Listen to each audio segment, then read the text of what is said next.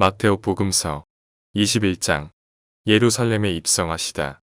그들이 예루살렘에 가까이 이르러 올리브산 베파게에 다다랐을 때 예수님께서 제자 둘을 보내며 말씀하셨다. 너희 맞은쪽 동네로 가거라. 매어있는 암나귀와 그 곁에 어린 나귀를 곧바로 보게 될 것이다. 그것들을 풀어 나에게 끌고 오너라. 누가 너희에게 무엇라고 하거든 주님께서 필요하시답니다. 하고 대답하여라. 그러면 그것들을 곧 보내줄 것이다. 예언자를 통하여 하신 말씀이 이루어지려고 이 일이 일어난 것이다. 딸 시온에게 말하여라. 보라, 너희 임금님이 너에게 오신다. 그분은 겸손하시어 암나귀를, 짐바리 짐승의 새끼 어린 나귀를 타고 오신다. 제자들은 가서 예수님께서 지시하신 대로 하였다. 그들은 그렇게 암나귀와 어린 나귀를 끌고 와서 그 위에 겉옷을 펴놓았다. 예수님께서 그 위에 앉으시자 수많은 군중이 자기들의 겉옷을 길에 깔았다. 또 어떤 이들은 나뭇가지를 꺾어다가 길에 깔았다.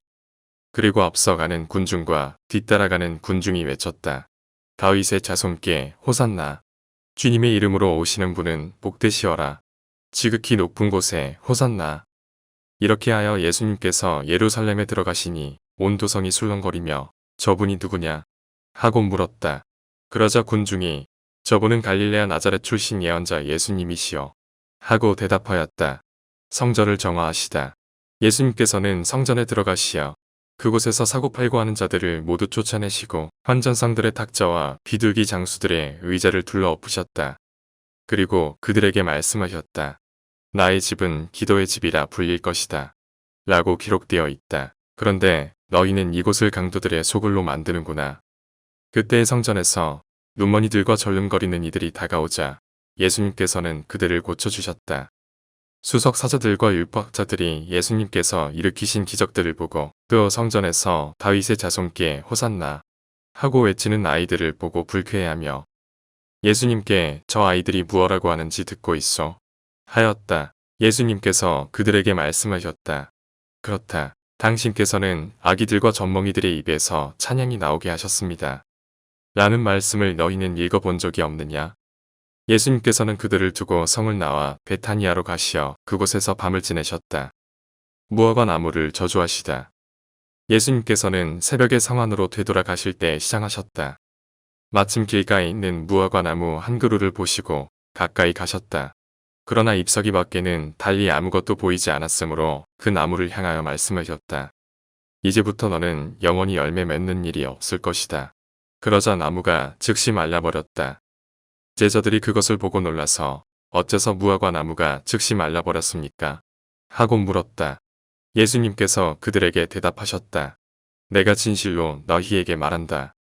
너희가 믿음을 가지고 의심하지 않으면 이 무화과 나무에 일어난 일을 할 수 있을 뿐만 아니라 이 산더러 들려서 저 바다에 빠져라 하여도 그대로 이루어질 것이다. 그리고 너희가 기도할 때에 믿고 청하는 것은 무엇이든지 다 받을 것이다.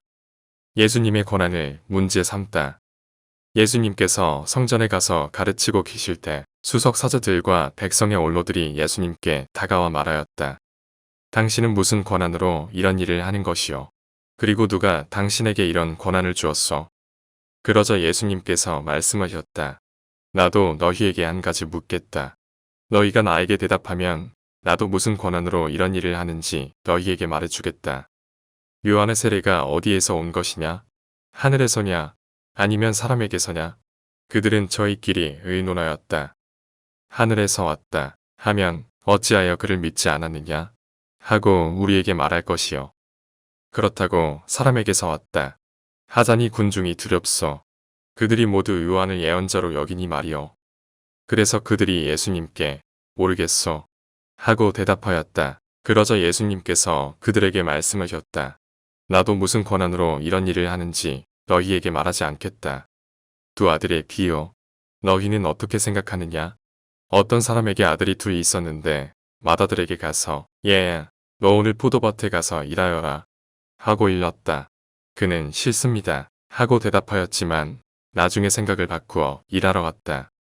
아버지는 또 다른 아들에게 가서 같은 말을 하였다. 그는 가겠습니다, 아버지 하고 대답하였지만 가지는 않았다. 이 둘 가운데 누가 아버지의 뜻을 실천하였느냐? 그들이 맞아들입니다. 하고 대답하자 예수님께서 그들에게 말씀하셨다. 내가 진실로 너희에게 말한다. 세리와 창녀들이 너희보다 먼저 하느님의 나라에 들어간다. 사실 요한이 너희에게 와서 의로운 길을 가르칠 때 너희는 그를 믿지 않았지만 세리와 창녀들은 그를 믿었다. 너희는 그것을 보고도 생각을 바꾸지 않고 끝내 그를 믿지 않았다. 고도밭 소작인의 비유. 다른 비유를 들어보아라. 어떤 밭 임자가 포도밭을 일구어 울타리를 둘러치고 포도확을 파고 탑을 세웠다. 그리고 소작인들에게 내주고 멀리 떠났다. 포도철이 가까워지자 그는 자기 몫의 소출을 받아오라고 소작인들에게 종들을 보냈다. 그런데 소작인들은 그들을 붙잡아 하나는 매질하고 하나는 죽이고 하나는 돌을 던져 죽이기까지 하였다.